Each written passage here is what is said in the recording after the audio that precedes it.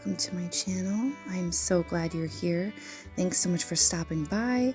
I usually am doing videos such as homesteading, baking, mothering, and all of the things in between. Today I'm going to be doing somewhat of an instructional video, which I haven't done in a while, or at least showing you kind of what I'm doing in regards to this project. Our local meat farmer, who we will be getting a butcher box soon this month, as well as a quarter cow next year, was so gracious enough to allow me to purchase bones and suet a la carte.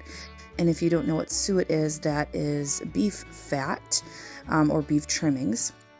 As you can see, right now I am prepping the bones and baking them at 400 degrees for about 40 minutes to an hour. This allows everything to cook and have more flavor, and it also extracts some of the tallow raw juice fat, if you will, that comes out. I ended up using that as a base for my first first round of beef tallow balm. I love sharing what I'm doing because looking back at these videos, sometimes I see what I did wrong. What I wish I would have done with the beef fat as it was in the crock pot rendering was cut it up into smaller pieces. It was melting just fine if I would have left it as such, but it would have made the process go a little faster. I rendered the fat for about 8 to 10 hours in the crock pot. At least that's what I wanted to do. I ended up stopping the process a little bit sooner because I saw that it was rendering just fine, and I kind of drained what was in the crock pot and saved the fat for another time, just for time's sake. Today I had a couple other things I had to do, so I kind of rushed the process. The bones turned out beautifully. I actually took out or scraped out as much of the bone marrow as I could. As you can see, I was filling the Instapot because I was doing the bone the bone broth process in the Instant Pot. I do not fill it to the max line. I fill it just under because it does produce more liquid. So as the bones are cooking, it creates more of a liquid in there. So I wanted there to be some room for it to grow. And actually, I believed I even filled it too high because as I let the steam out later, some of the water was kind of like spewing or bubbling, which it was fine. It wasn't a large amount, but you know, notes for next time.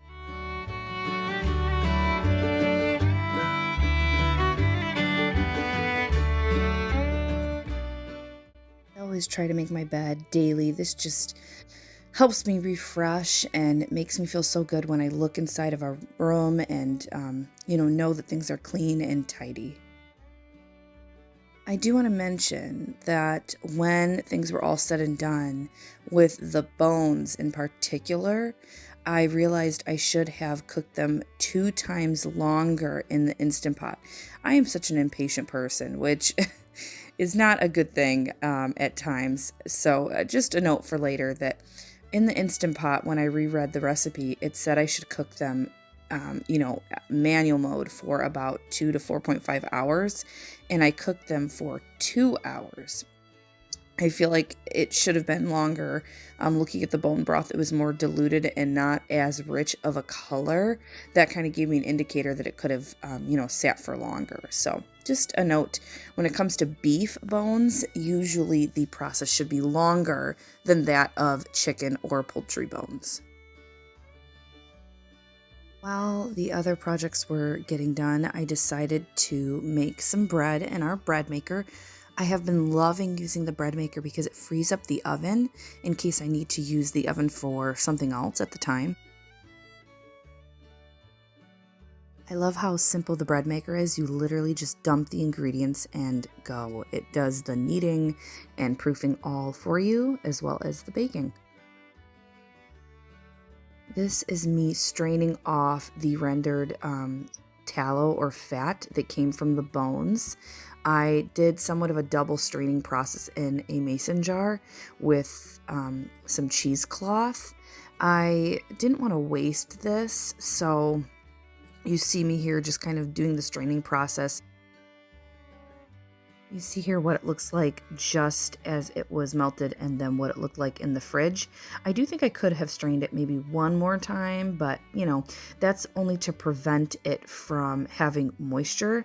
The more moisture it has, the less likely it will be shelf stable.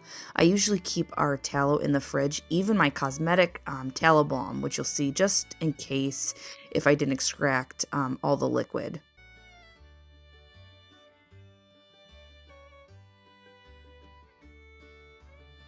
I wanted to save some of the bone broth, even though I realized as I made it that it could have processed longer.